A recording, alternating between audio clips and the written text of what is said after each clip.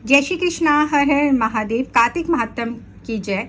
भगवान श्री हरि विष्णु और माता लक्ष्मी की जय हो। आपके और आपके परिवार पे भगवान का आशीर्वाद सदैव बने रहे।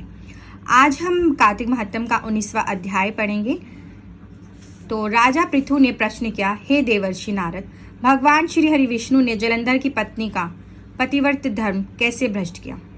तो नारद जी ने उत्तर दिया, जलंधर के नगर में जाकर भगवान श्री हरि विष्णु ने उनकी पत्नी वृंदा का पतिव्रत धर्म भंग करने का विचार किया। वृंदा ने स्वप्न में देखा कि उसका पति भैंसे पर चढ़ा हुआ है, उसके शरीर पर तेल लगा हुआ है, वे काले फूलों की माला पहने हुए हैं, वह दक्षिण दिशा को जा रहा है, उसका सिर मुंडा हुआ है और उसके चारों ओर अंधेरा छाया हुआ है। उसने अपने नगर को समुद्र में डूबते हुए देखा। यह देखते देखते उसकी नींद खुल गई और वह स्वप्न में विचार करने लगी। उसने देखा कि सूर्य उदित हो रहा है, पर उसमें छेद हो रहे हैं और उसमें चमक भी नहीं है। अशुभ सूचक इन लक्षणों को देखकर वह रोने लगी, भय से घबरा उठी। उसका ना नगर में मन लगा, ना अटारी पर चढ़कर चैन मिला। तब वे दो सखियों को साथ लेकर नगर के समीप वाले बाग में गई। डरी हुई वह इधर उधर घूमने लगी, वह पर कहीं पर शांति उसे नहीं मिली। इसके बाद वे जंगल में गई, पर उसे वहां पे भी चैन नहीं मिला। वहां वृंदा ने डरावनी सूरत वाले दो राक्षसों को देखा। उनके मुख सिंह के समान थे, नेत्र अत्यंत भयानक थे। उनको देखकर घबराकर वे भागने लगी। तभी उसे एक मुनि बैठे हुए दिखाई पड़े। वे शांत और मौन थे, शिष्य थे उनके पास थे। राक्षसों के डर से डरी हुई तो वह थी ही, इसलिए उन तपस्वी के गले में अपनी बाहें डालकर रक्षा के लिए याचना करने लगी। राक्षसों द्वारा खदेड़ी गई उस वृंदा को देखकर मुनि ने उन दोनों भयानक राक्षसों को अपने हुंकार से भगा दिया। जब वृंदा ने देखा कि मुनि के हुंकार से डरकर राक्षस भाग गए, तब उसने दंडवत प्रणाम करके कहा, हे कृपा निधे, आपने मेरी रक्षा की है। अब मैं कुछ प्रार्थना करना चाहती हूँ, कृपया आप सुने। हे प्रभु, मेरा पति जलंधर रुद्र के साथ युद्ध करने गया हुआ है, कृपया करके मुझे उसका हाल बताइए। मुनि ने वृंदा की बात सुनकर ऊपर की ओर देखा।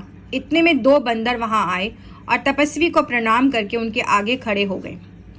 मुनि की भोग के संकेत से दोनों बंदर आकाश को चले गए और आधे ही क्षण में वे वानर जलंधर का सिर और धड़ लिए मुनि के पास आ गए।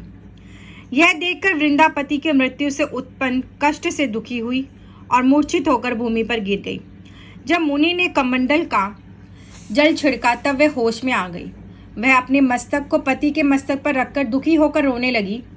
वृंदा विलाप करती हुई कहने लगी, हे नाथ, आपने तो विष्णु सहित सब देवताओं और गंधर्वों को जीत लिया था। त्रिलोकी को जीतने वाले आपको किसने मार दिया? इस तरह प्रदन करती हुई वृंदा ने उस मुनि से कहा, हे दयालु मुनि, मेरे पति को जीवित कर दीजिए। मुझे विश्वास है कि आप इसे जीवित करने की शक्ति है। उसकी बात सुनकर मुनि ने कहा, तुम्हारे इस पति को रुद्र ने मारा है, अतः मैं इसे जीवित करने में असमर्थ हूँ। फिर भी तुम पर कृपा करके मैं इसे जीवित करता हूँ। यह सब माया विष्णु की ही रची हुई थी। ऐसा कहकर मुनि अदृश्य हो गए और उसी समय जलंधर जी उठा। उसने वृंदा को आलिंगन में लेकर प्रसन्नता से चुंबन किया। वृंदा भी पति को देखकर अत्यंत हर्षित हुई। उस बाग में पति के साथ रहती हुई वे बहुत दिनों तक विहार करती रही। एक बार जब वह भोग विलास में लिप्त थी, तो भोग के अंत में उसने देखा कि उसके साथ जलंधर नहीं, भगवान श्री विष्णु हैं। तब विष्णु को ताड़ित करती हुई क्रोधित होकर वृंदा ने कहा, हे विष्णु, पराई स्त्री के साथ गमन करने वाले तुम्हारा आचरण धिक्कार योग्य है। मैंने समझ लिया है कि वे मायावी तपस्वी तुम ही थे। तुमने छल करके जो बंदर मुझे दिखाए थे, वे तुम्हारे द्वारपाल हैं। वे ही दोनों राक्षस होकर तुम्हारी पत्नी का हरण करेंगे और तुम स्त्री के दुख से दुखी होकर वन में फिरोगे। तब तुम्हें वानरों की आवश्यकता पड़ेगी। सर्वेश्वर होते हुए भी तुम मारे मारे फिरोगे और यह तुम्हारा शिष्य तुम्हारा साथी रहेगा। इतना कहकर वृंदा अग्नि में प्रवेश कर गई। भगवान श्री विष्णु के रोकने पर भी वे नहीं रुकी। तत्पश्चात भगवान श्री विष्णु बार बार वृंदा का स्मरण करते हुए उसी चिता की भस्म में लौटने लगे। मुनि और सिद्धों के समझाने पर भी उन्हें शांति प्राप्त ना हो सकी और वे वहीं स्थित रहे। पतिव्रत धर्म के प्रभाव से वृंदा के शरीर का तेज श्री पार्वती जी के शरीर में चला गया। भगवान श्री हरि विष्णु की सदैव जय हो। माँ तुलसा रानी की सदैव जय हो। कार्तिक महात्म की जय हो।